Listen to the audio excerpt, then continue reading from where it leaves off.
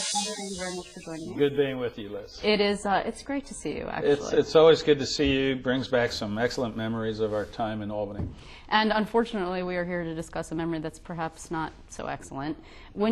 10 years ago, I'm sure it's etched in your brain. Where were you when you learned? I was in the city. I generally did not stay over in the city, but I had the night before. I had a late dinner and I had an early morning event. So I was in the city, and my daughter Emily called me and said, "Dad, you got to turn on the TV. A plane has hit one of the towers." And I'll never forget, I looked out the window, and it's one of the most beautiful days you could ever imagine, and thinking, how could some moron hit the towers on a beautiful day like this? And turned on the TV, and she was rattled, so I kept talking with her on the phone, and then the second plane hit, and I knew right away, this was a terrorist attack, and we had to do everything we could to be ready. And, so went into action at that point. Yeah, how does that work? I mean, who's the first, aside from your daughter, who's the first call that you received? I mean, who do you call first? Who did you mobilize? How did that work? Well, the first call I made was to Rudy, to the mayor. And I said, I'm here, I'm in the city, we're activating our emergency response plan, right. And I just want to let you know anything you need. I'm here, we're going. And then I called the president, and I actually got him in his education conference in Florida, and said, Mr. President, can you shut down the airspace over New York? Because people don't realize now, but we were not sure what might happen next. The towers had been attacked, the Pentagon had been attacked, Shanksville had not happened yet, and we didn't know what might come next. So the president said he had already shut down the airspace. Wait, you had the president's cell phone? You just called the president? Yeah, I called the president, and I got him, and we talked. We had a very good talk, and he had already ordered the airspace over America to be shut down. He had. Yes, and then I activated my emergency team. We had a great emergency response office, I think by far the best in America.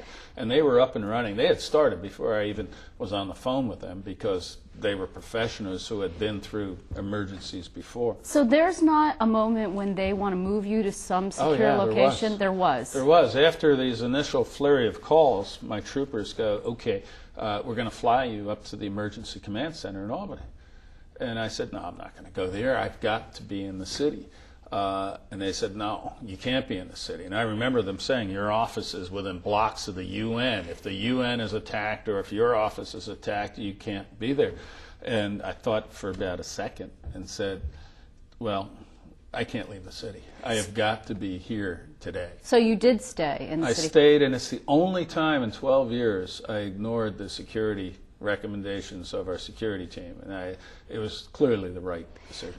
Actually, at one point, you had an office in the towers. I mean, yes. at 1995, I think you got rid of it. My first 2 years, the governor's office was in the South Tower. So, I mean, had things been different, you actually could have been there. Yeah, and plus, I knew many of the people from being in and out of the tower constantly, not just our team, but also people who worked in the towers, worked at windows of the world, and it was just a horrible, horrible day.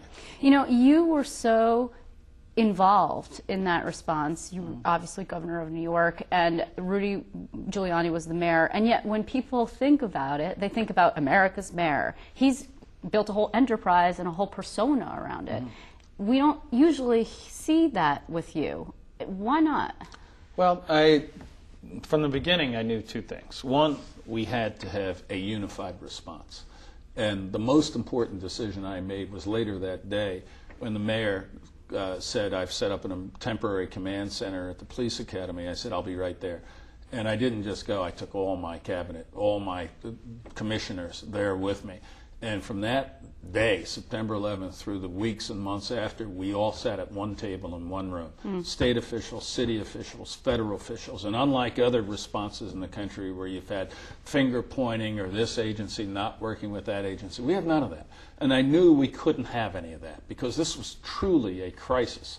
And it required all of us to stand together. But there was even a moment when they couldn't locate Rudy Giuliani, That's right. And you were poised to take control of New York City. Yeah, I was working with one of his deputy mayors, and we were organizing the response, activated the National Guard, worked with him on the city's police and fire response, shut down the bridges and tunnels, put in place our emergency health team, our health networks action plan, put in place the fire support plan so we could have mutual aid from the suburbs coming into the city. We were doing all of that the morning of September 11th. And yet we don't call you America's governor. You know, I mean, I just wonder, is it because I was New York's governor. Well, a Liz, difference in personality between you and Rudy? There were two things that had to happen. One, we had to have a unified response, and we did. And it was as brilliant and coordinated a response under those conditions you could ever have. And the second is, I thought we had to speak with one voice. And you know, you've been around a lot of political figures that they're fighting to get in front of the camera half the time. And I just said early on, this isn't about fighting to get in front of the camera. This is acting with one voice. This is speaking with one voice. This is letting the people of New York and America know that we are together. And Liz, I'll tell you, I can't tell you, for all the horrible sorrow of that day, it was inspirational to see how people came together. And to think that the political leadership wouldn't speak as one voice and act as one voice, to me was just abhorrent. So yes, I was there. I made the case. I let people know what we were doing, what the state was doing. But it was, to me, the important thing was that we act together, that we work together, that we send a unified message. And we did. And I'm very proud of that. So you never think back on that and feel like you played second fiddle to Giuliani in some way? Because remember, Andrew Cuomo in 2002 said, quote, you held the leader's coat, you weren't the leader. My team was brilliant on September 11th, that night, the next day, for days and weeks and months thereafter. And for me, it's never been about getting credit. But if I feel bad about one thing, it's that our team, our commissioners, my council, who worked so hard night and day, they deserve the credit. Because, you know, you have one person standing in front of the camera or two people standing in front of the camera, but everybody's doing the work. And you provide the direction, you provide the leadership and the orders. But the orders are only so good as those who carry them out. And I can tell you, we had the best team in America, and I'm proud of that. You will be sitting on the podium, or whatever setup they have on Sunday, at Ground Zero for this commemoration event. Ground Zero is not rebuilt, actually, fully. Obviously, they've made a lot of progress. There was a cornerstone laid on your watch, and it's no longer even there, actually. We thought the Freedom Tower would be done by '06, and it's not. Do you feel responsible for that or regret it? I feel tremendous pride in what we've gotten done at Ground Zero, because this vision, the fact that we have a Freedom Tower, the fact that we have a memorial, the fact that we do have private towers rising around that memorial, the fact that we are going to have one of the most advanced transportation hubs in America, that wouldn't have happened if we hadn't laid out the vision and insisted that that vision be carried out. Mayor Bloomberg, you remember, didn't want a memorial at all. I do remember. He didn't want a memorial at all. I do. Mayor Giuliani didn't want any building. He didn't think we should build anything. And there were enormous obstacles. I remember waking up the day the LMDC is going to decide on the master site plan and reading on the front page of the New York Times that it's this hideous plan that couldn't work. And I went down and said, you're not going to do this. You may be an independent board, but we're going to have the Libeskind plan. So I am extraordinarily proud that we wouldn't have had the master site plan. We wouldn't have had a memorial. We wouldn't have had the Freedom Tower at all. But for the leadership that we provided in saying this has to happen and it's going to happen. But looking back with now 10 years worth of distance, sure. Do you feel there was actually also a fight over who would control the rebuilding? Oh, and there were tons of fights. Yes, I know. Well, it's politics. I mean, what do you expect, right? But in some way, do you think that had you put everything under one roof, like the city had complete control or the state had complete control, would that have made rebuilding at Ground Zero faster? Oh, sure. If you had one entity controlling the whole thing, it's not just the city and the state, it's the Bi-State Port Authority, right. It's the MTA, and it was Larry Silverstein and private interests who controlled the actual redevelopment of the buildings. So you had all this complex thing, and we gave thought to using the state's eminent domain powers to take it all over.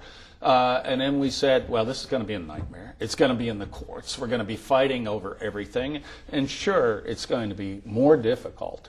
In a sense, it could be more streamlined if we just used eminent domain and took total control. And faster. Not necessarily faster, but it wasn't the right thing to do. Ground Zero, to me, was and still is hallowed ground. And it's not a site controlled by the Port Authority or Larry Silverstein or the state or the city of New York.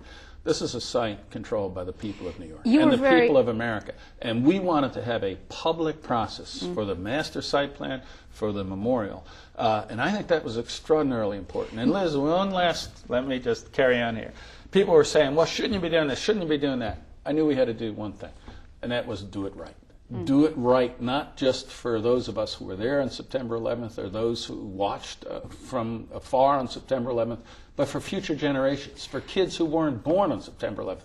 And we have done it right, and I am very proud of that. You were very critical of the Port Authority prior to the attacks on September 11th. You actually thought privatizing the whole situation would have been a better idea, if I remember correctly. Not the whole situation. The Port Authority's core mission was transportation, bridges, tunnels, airports. And they had hotels, office towers, restaurants, and that's what I was critical of. Plus, it's a bi-state authority, and I thought New Jersey had gotten much more than New York. But do you still feel that way? Because now, Chris Ward, who's the executive director, of course, who was actually appointed by David Patterson, has received accolades from some corridors for straightening things out and getting things back on track, et cetera. And yet we see that there are other corridors that suggest that maybe it's time for him to go.